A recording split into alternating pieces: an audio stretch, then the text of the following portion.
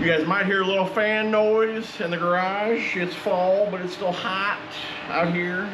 Yeah. We'll lower a little bit, but I'm dying. I don't want to be all sweat for this video. Tackle Junkies, what's going on, everyone? Really appreciate you guys and gals for clicking on the video.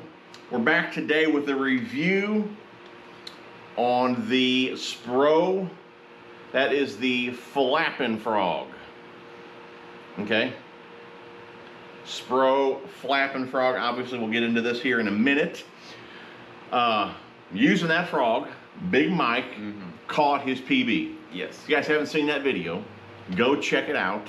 Linked down below. Now, some of you said that fish catch was a disaster, which it kind of was. Oh, it was. Somebody even said, bring a net, right? I don't know if you realize how far away that was. And that's what I said in the comments. Should we have like, what, a 30-foot net? I mean, from where we were standing to the end of the tall grass was 15 feet. Yeah. And then the fish was in another, like, what, 6 or 8 foot of duckweed and crap. When I was in the bushes and stuff, I was nowhere near the fish. So I had to pull it. Yeah. Yeah. There's so no like, getting a net in there. So a net wouldn't have worked. It's pond fishing. It is what it is, right? Yeah, it was. So main thing is Big Mike caught the fish. Now, the other thing some of you said, digital scale. Yes, I have a few of them. This is the Brecknell, and I got a video on a little mod I did with this. I'm gonna link that video down below as well. You'll see it here actually in this video. But this is the Brecknell. I also do have the Bubba. I do not take those or these to the ponds. One of the main reasons is they use batteries, and in the past when we used to do that, just leaving them out in the heat and all that, batteries are always dead, right? Yeah, so this scale here, hold this. So this scale here, some of you might think this is just like a Boga grip style, but this is the actual like Boga grips, okay? This is a very expensive scale. It's like 130 bucks, like, I don't know, 20 years ago. That's how old this scale is, okay? So this is a good scale. I would say it's pretty accurate. Maybe it's off a little bit being older, bouncing around in the truck and all that, but it's a great scale. It's just not digital, but there's no batteries to die. That's the main reason we carry this one, right? Yeah. So, just for like a quick reference, and I've used this weight in a video before. This says it's a 5-pound weight. This weight is probably, I don't know, 30 years old. Yeah. I don't know how accurate they were back then, but I weighed it with the Brecknell. Well, I guess we'll do it real fast. We weighed it with this one, okay, just to get an idea of what this fish actually weighed. So when you turn it on, you'll see my tear. Let's see here. I don't know if you'll actually be able to pick it up or not. 0.36 is what that tear is, okay? That's what I'm about to put on, that's what that weighs. So if I slap this on here real fast, while the scale's moving, you can see there, it's both saying, there it is, 0. It was 0.2, there's 0. It depends how you move it, right? That's why you're supposed to hold it on the bar. Now it's 0, right? Yeah. So it's zeroed out, right? So if I take the scale here, okay, clamp it on there, like so. We're just showing you that this Boga grip actually is really accurate still. Yeah. Okay, clamp it on here, like so. Okay, put this on the scale. It's already tared.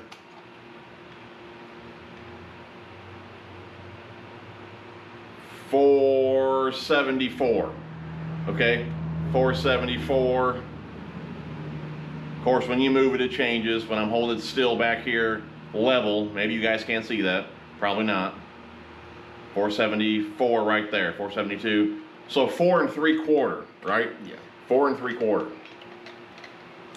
Okay. 4 3/4.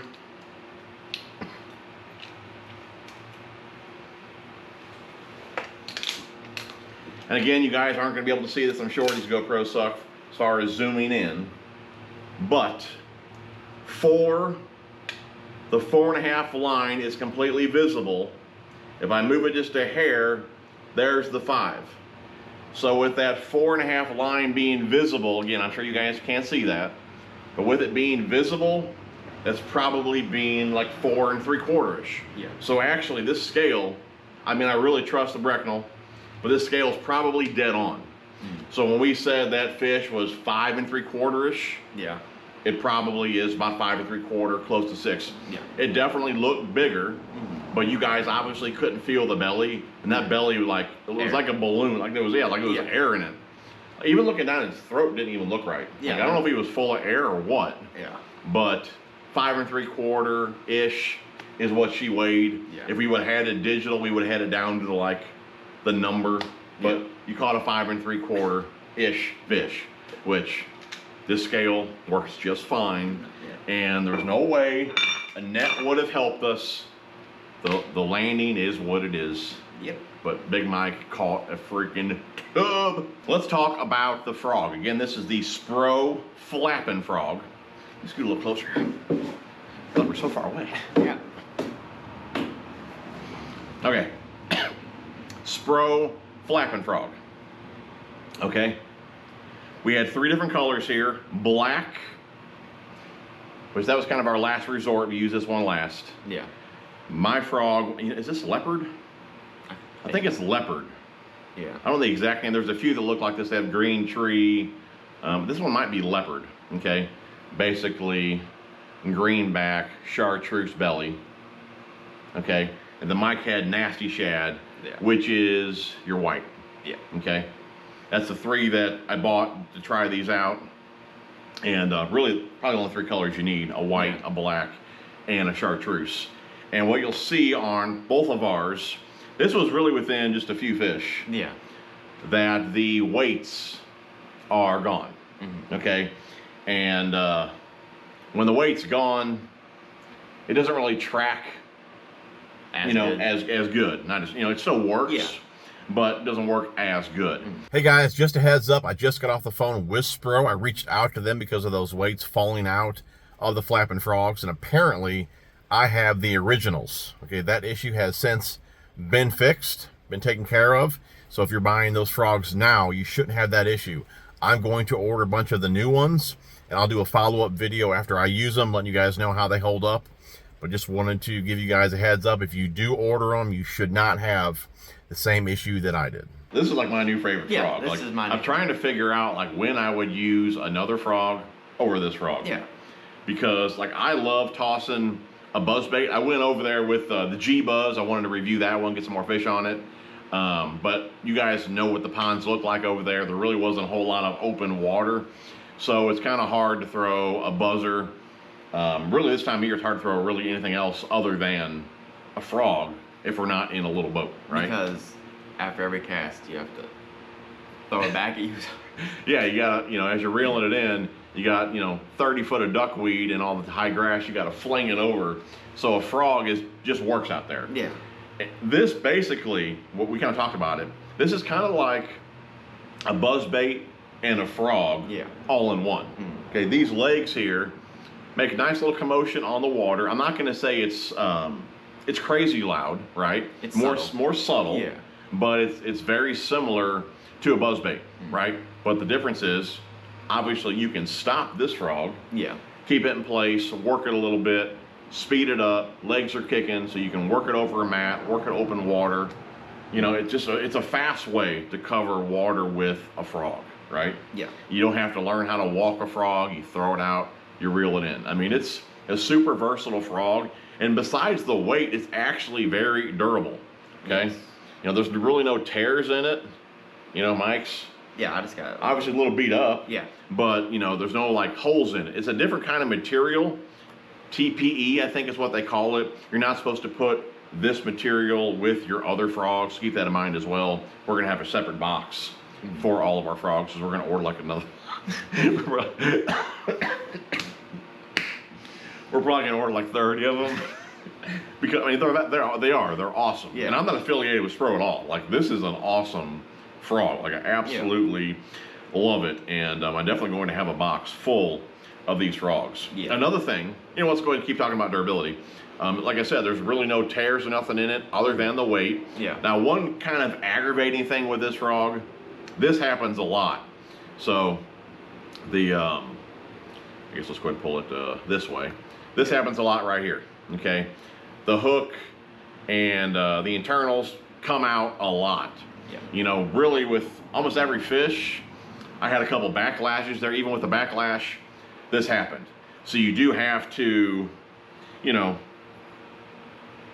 like, you know, work with this frog a lot. Yeah. Is that the right word? Work with? I guess it has, what am I trying to think here, Mike? Like you got maintenance? That doesn't have maintenance. Adjust it all. Yeah, you have to adjust it.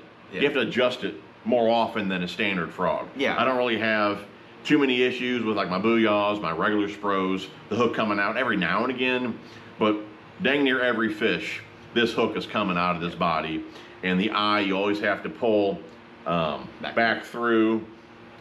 That being said, okay, there's a few flaws, or really it may not even be a flaw, just with this material being softer. I mean, that may just be something that happens, so it may not be a flaw. They may know about it. Flaw or not, the performance of this frog for me, Mike, totally outweighs the flaws. Yeah. Like, even if I had to do it every cast, put it back in there, I probably would, just because this frog is that good, I believe, right? A little pricey. I want to say they're like, what, 14, 15? We actually seen them. Depends on the place. Yeah. There were some for like 10, 50, and then like they went up to around 15, I think.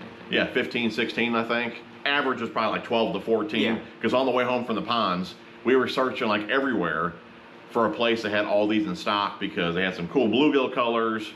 Obviously, we wanted more shad, more of the leopard, more of the black. Yeah. And we couldn't find a store that had them all in stock. But we're gonna keep an eye on that for sure. But yeah, average was 10.50 to like 15, 16 bucks, which is kind of high.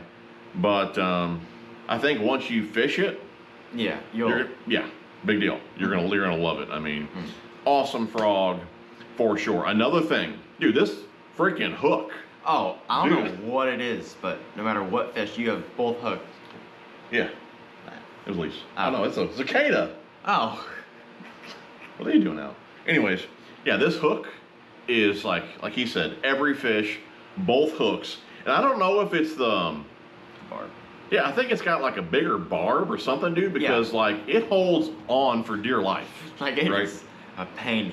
Normally, any other frogfish, I can just put my finger in the gap, push it right out.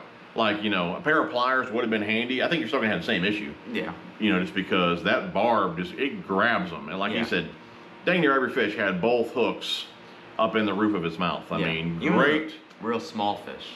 Yeah. Dude, they are all just choking it, right? Yeah. But obviously you can see it's a super soft frog. I didn't have any issues at all with hooking up. Oh, yeah. I think the only couple maybe we missed is because the fish missed it. Yeah, the ones that didn't actually get it. Yeah. But when they blew up on it, when they hit it, they were caught. Yeah. So hookup ratio is fantastic. All in all, I love it. I think the frog is definitely, it's a winner, man. Definitely pick some of these up. So I will say, every time we go out there, we can really only use a frog. This time of year, yeah. Yeah, just with all the moss. And I'm starting to get burnt out on frogs. But ever since using this one, what's wrong with I'm not. Burnt out on frogs? You try going out there half time, it's terrible. I mean, I guess it can get maybe a little boring. Yeah. You know? But just being able to reel this frog, dude, there's just something about that, you know? Having the action. Yeah, I mean, I think we're just kind of being repetitive now. But awesome frog for sure. Yes. Well, let's go ahead and talk about the gear. We went over Mike's gear, I'll take the frog, in the last PB video. Again, guys, check that out. I'll link it down below. Check it out. Mike will go ahead and mention what he was using again. I was using the Akuma Tournament Concept jig and worm rod. It's 7. Yep. Heavy action. No. What? That's what the pros do and confuse everybody. It's not a heavy action. Okay. So this is the Akuma TCS jig worm, 7-foot heavy power. And it's got, I believe it's a moderate or mod fast action. So plenty of power, nice soft tip. With the Akuma Hakai, 7.3. And he's running Smackdown. This is 50 pound Seagar Smackdown. Okay. I was running, and I got a video on this rod, which I'll link down below as well, if you guys want more specs. But this is the Daiwa Kage Finesse Frog jig rod. It's a 7-foot. It's a medium heavy, so kind of like, you know, a lighter heavy or a bit stiffer medium heavy, kind of in the middle there. But it has a moderate action, very similar to the Akuma there, but I think it's got a bit more power to it. Absolutely love it for frogs. I do plan to get another one of these and just to have a couple of them. I mean, I absolutely love this rod here. But yeah, 7-foot, medium heavy, moderate, and that is the Kage reel in a 7-1. Not a bad frogging reel. I'm not really sure if it's designed for frogs, but I felt like it had plenty of power to winch most of those in. Obviously, the bigger ones, it wouldn't do it, but the smaller fish, I was able just to lean back on them, wind them in. So it's got a decent amount of power, and again, that's in a 7-1, and that is 50-pound. That is Seaguar Tactics, which it's a 4-strand braid versus the 8, so it's a little bit more noisy, but it cuts through the vegetation a bit better. I know Mike was picking off a lot of the moss from the smackdown. I was able just to grab my braid in the moss and just ripped it right off. Yeah, mine did not do that. Yeah, just because this is a little more, like I said, it's more abrasive, so it just kind of cuts through the vegetation a bit better. But yeah, man, that's the combo there. 7-1, 50-pound Tactics. I don't know if I mentioned it or not, we had different mounts on. I'm not sure if the fish catchers are already in or they're playing now or whatever, but we had these like neck mounts, and we didn't have the best views at times, but for the most part they worked pretty good. I like them way better than Chesties. Yeah, Chesties suck. Like these things are definitely nicer than the Chesty. Yeah. But my biggest fish there was like 4.5 or so. We didn't weigh it at all, but obviously it's a 4.5 or so. Yeah. But yeah, I got a picture of it here. We'll put it on the screen for you guys. But that was a solid fish. Oh yeah, that was like 5 minutes into Yeah, that was 5 minutes into the day, and we're like, dude, we are going to jack them. Yeah. And we did. I mean, we caught a good amount. Yeah. But really only those couple big ones, which there was really no in between. It was either really small or PBs. Yeah. Well, guys, that should wrap it up. That is our review on the Spro 65 Flappin' Frog. I will link them down below over there, Tackle Warehouse, if you guys want to check them out. That should wrap it up. Hopefully you guys enjoyed the video. If you did, be sure to smash that thumbs up. And again, I will link the Kage video down below, the PB video down below. Definitely check them out. Love you. We will see you guys on the next one. Wait. Benjamin, you want to say bye? Benjamin. Get up, Bubby. Come here, bud. Come here. Come here. Hey, sit. Say goodbye. Hey, sit down. Sit down. Sit. I just woke up from a nap. Hey, look. Say goodbye. Give him 5. Give him 5. Paul, he's sleepy. He's tired. He just woke up from a nap. Goodbye.